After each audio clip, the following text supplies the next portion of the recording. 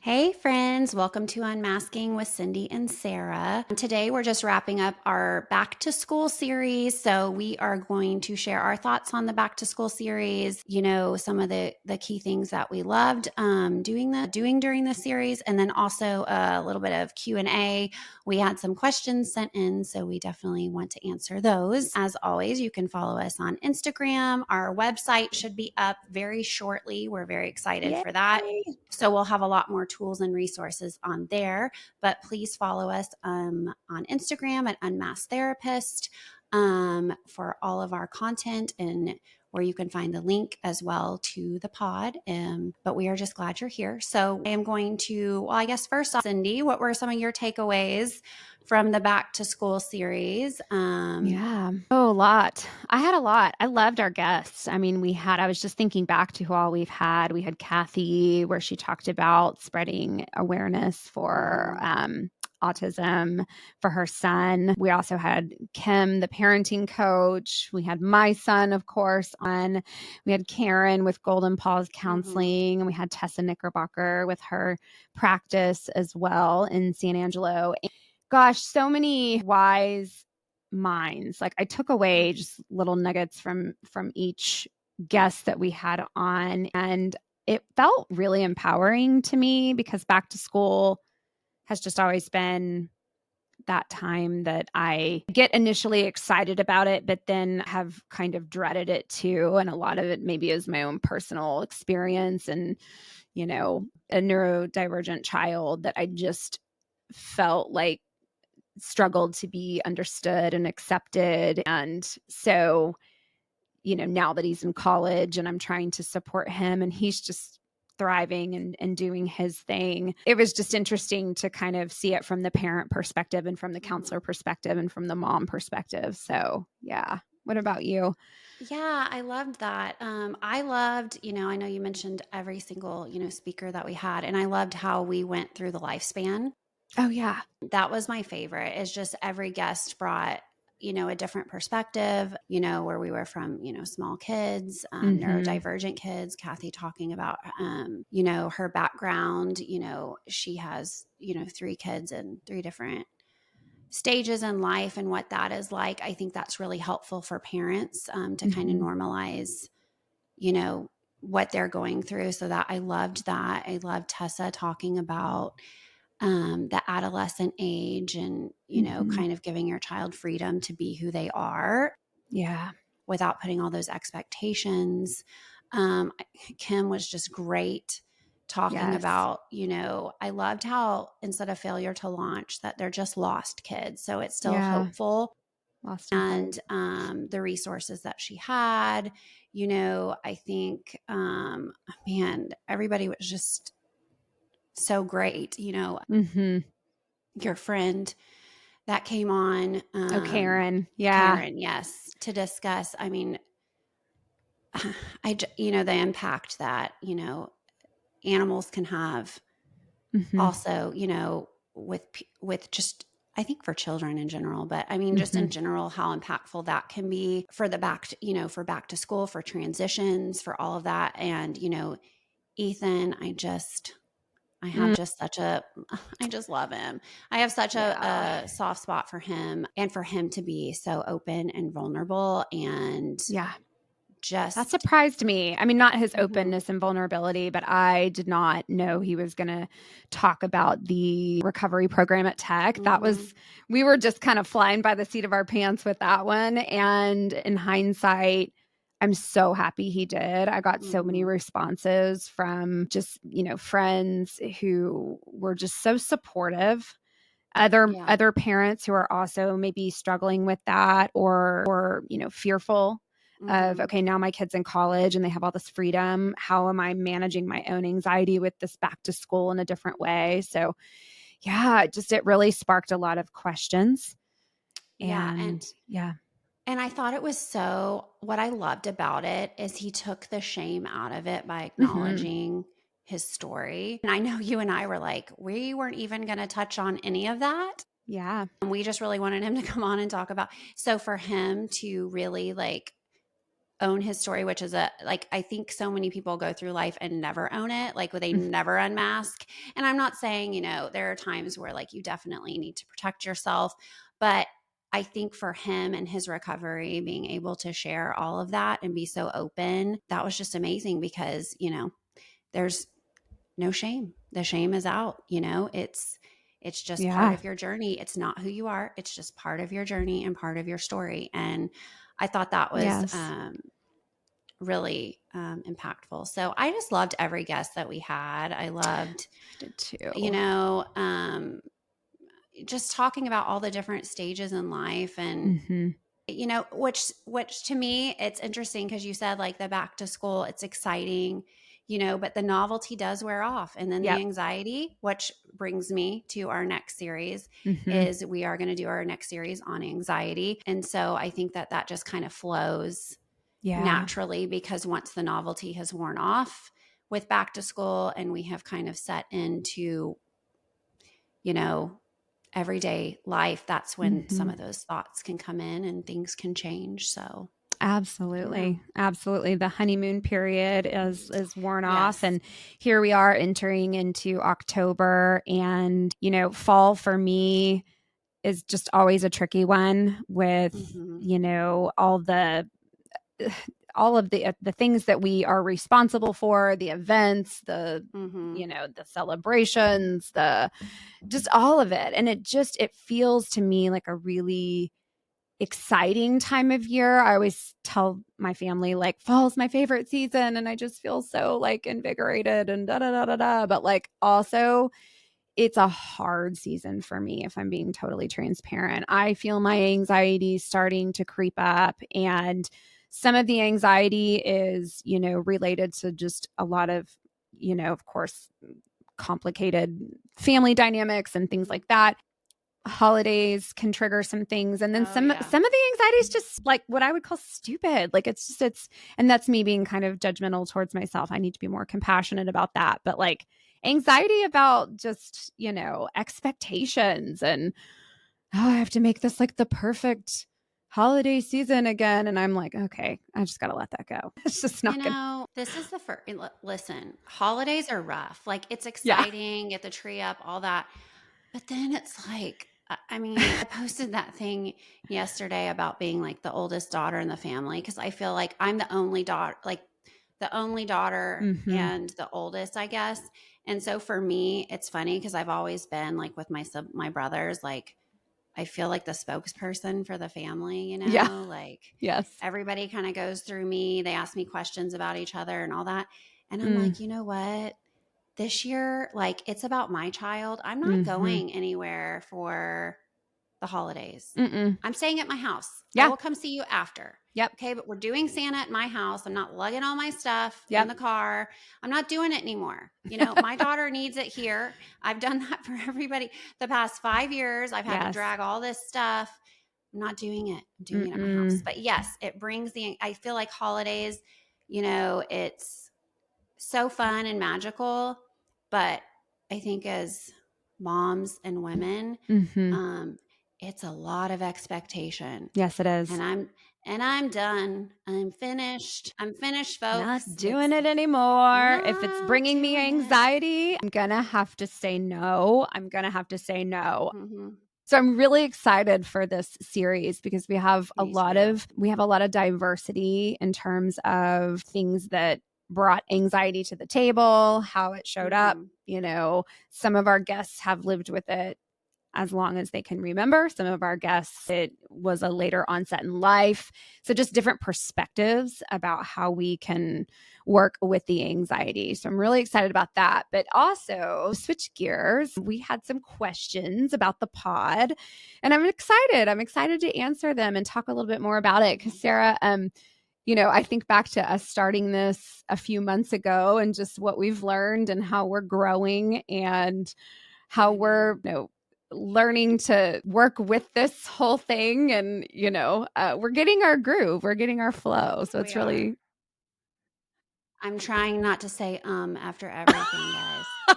I'm really trying, guys. I mean, that first episode, I was like, Sarah, stop. So anxiety. Get through that episode, guys.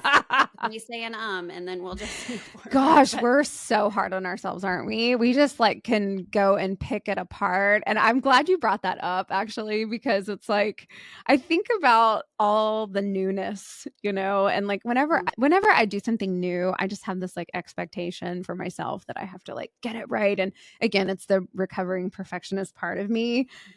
But it's so intimidating. It can be intimidating to try something new when you're feeling like you're on the spot.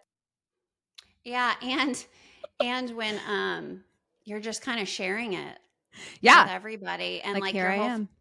and you're from a WASP family that wants you to not share. And they're like, great, we're pulling the rug out from under this one. I love it. I don't know. A WASP family. Hey, A little waspy family that wants everything to just be okay. Here we I'm are cut from a on really a similar podcast. I'm cut from a real similar cloth, okay? Like we don't air our dirty laundry. And so I think that's one of the things about this that has felt so fun and so liberating for me specifically, because this is just who I am. I mean, I can be very stoic and very serious about things, but I am also, Sarah, I think one of the things about you and I is Cindy, we have a dark sense of humor too. And girl. we People don't know how dark it can get. And I enjoy that. And I tend to just gravitate towards that for whatever reason. I don't know. Is it trauma related? Perhaps. I mean, I think trauma definitely gives for you sure. a little bit of a sense of humor, Mm-hmm. Yeah. I mean, we definitely we don't, guys, this is light. This is light. Okay. You don't even know. You don't even know how far we can go.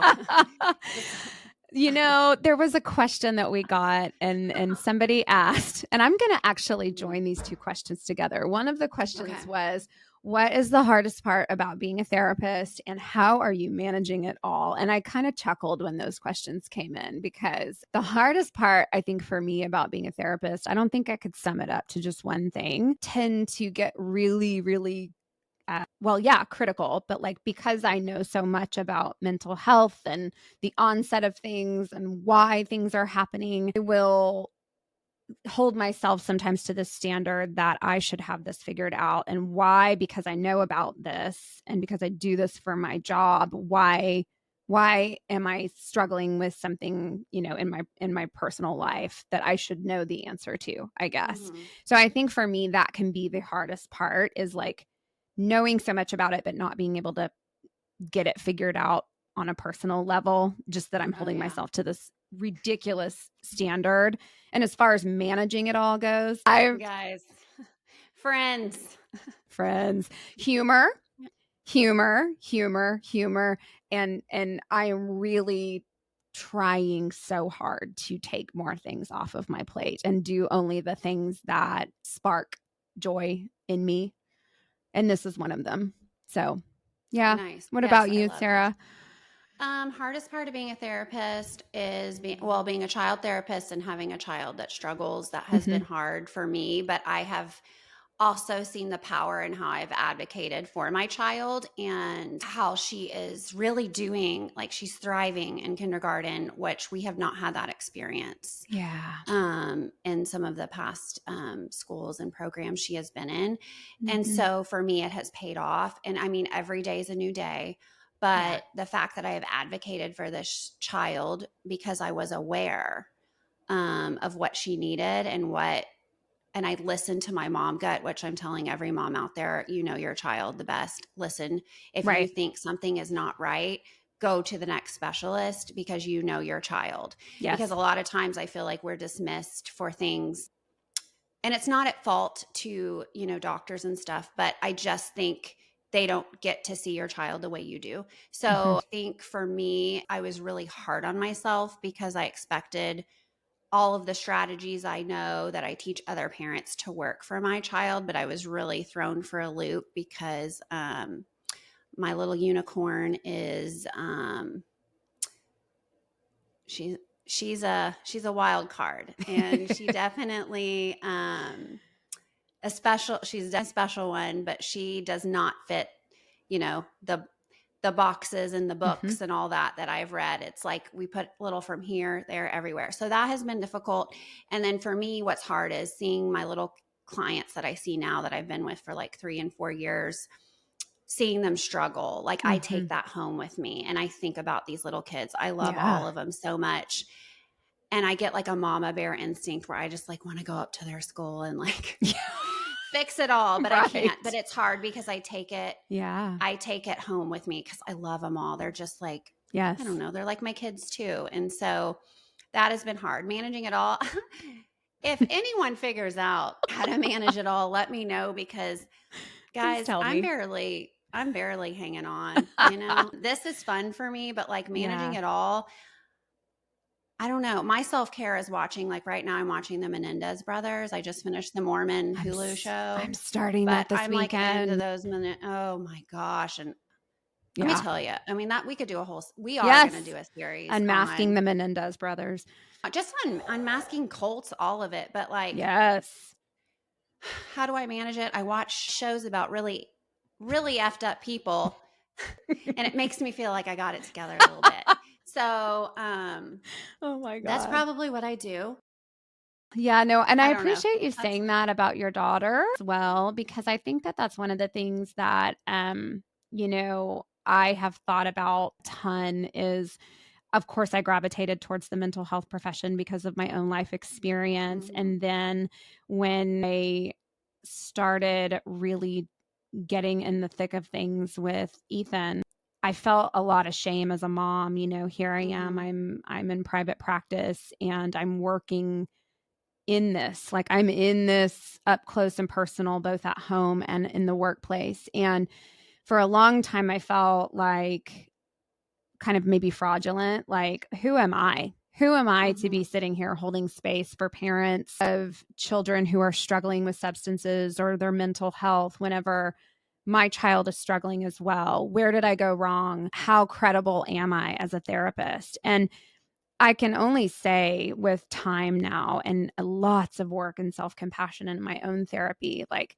people are not with me because, this kind of a mother or, Mm-hmm. that kind of a community member. Like people are there because do a good job, I think, at holding space for other people. And I can absolutely 100% empathize and show compassion Mm-hmm. towards people who are struggling because, hey, I am too, I am too. And I'm not bringing my stuff into the space, but I can connect with you on your Mm-hmm. stuff. And so I'm really trying to just continue to spread that message of we've got to take the shame out of mental health struggles, addiction, whatever, right? And just because you and I are in this field doesn't mean that we are immune to our own challenges. And if anything, I think it makes us better therapists, better friends because we Oh just yeah. like, hey, talk about no judgment.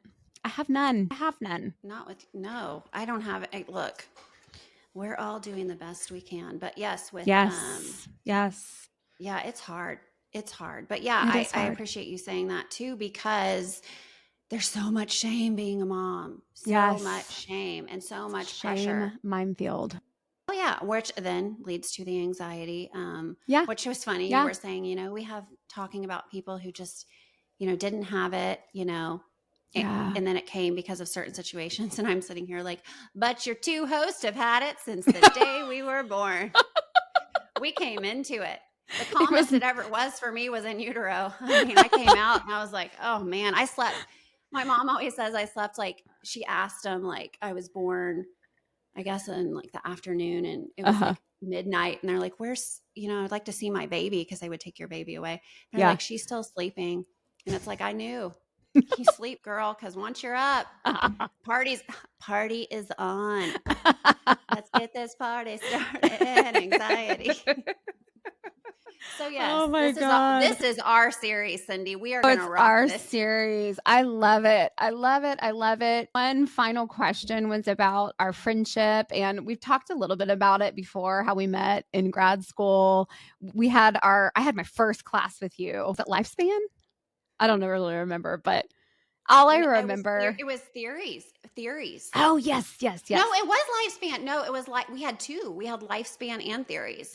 We We had Dr. did. R and Lifespan, and then we had Theories. Yes. And we kind of like, I spotted you. I was like, okay. And then somebody made a 1980s reference. And then you and I both kind of locked eyes and we were like, yes, like you're my people. And then we just slowly kind of started talking. And the more we started talking, the more we started opening up about just our own personal challenges. We did some double dates. That was really fun. And yeah, we both it's have like similar husbands, so that worked out. yes, we do. And so it's just been it's been in some ways it's hard to imagine like my adult life without you here. You know, I kind of feel like you've I always just know. like been a constant, and I know. we talk very regularly, and of course outside of this podcast as well. Yeah, I think I remember. Yeah, I remember I remember when I think I came on a little strong, was as I tend to do. no, We you were in don't. that. No, we were doing that exercise where everybody like moves, and you had to say like a show you watched as a kid or like a book or something, and you were like Babysitters Club, and I was like, how old are you? Like I just was like, how old are you? And you were like, damn it. And you told me, and I was like, or what year you were born or something, and I was Yeah, like, I'm 83, and I was like, we're both old, we're both like, I'm a you know, 70s baby. we're 70, 80s baby, but we're same like Yeah. like we knew, Yes. like, and I remember we did that, and then we both got assigned to present in Dr. R's class like the first week and had no clue, and you and I were outside already anxious about how to do this, and like you were and I were like just talking about being so worried about something that hadn't even happened, and like it was just So that's kind debilitating. of Yeah, so yeah. debilitating. I think also just us being older and we were looking around at all these 20 somethings in the program and we Mhm. were like, yeah, no, we're jaded. Like Oh yeah. we've lived life long enough now to have chronic anxiety about these projects, and I don't Mhm. feel like anybody else really understood it to the degree that we did, the anxiety piece of it about just really wanting Oh. to do well and to, make sure that we thrived and No, I honestly believe we were meant to find each other. And yes. I'm going to share this, Cindy. And if you don't, you can cut this out if you don't want me to. Okay. But we had to write papers in the program. Oh God, yes. And these were two separate classes. And we Yeah. didn't even know this had happened till we had like talked with each other later. Yeah. Because it was different semesters and terms and different teachers. But we both, Dr. Barkley, did not grade either one of our papers because they were like family of origin things. And he wrote on there, I remember he was like, Sarah, occasionally I come across the paper that I cannot put a numerical grade on because it was like about your family and trauma and all this. And the man was like, I cannot grade this girl's like life. Like, what the heck? And you had the same thing. I did too. I remember. And I remember my biggest thing was like, well, does that mean I fail? Like, what does this mean? And I went Yeah. up to him and he's like, you're great. You have an A in the class. I just can't put like a numerical value on the trauma you have experienced in your life. That's right. Because this was I the know. And I was like, first. oh, good. Cindy and I both have that. We both have where we didn't get our papers graded because our lives were too traumatic. We're part of that club. I remember that was that was the first big paper that we had to write in the program.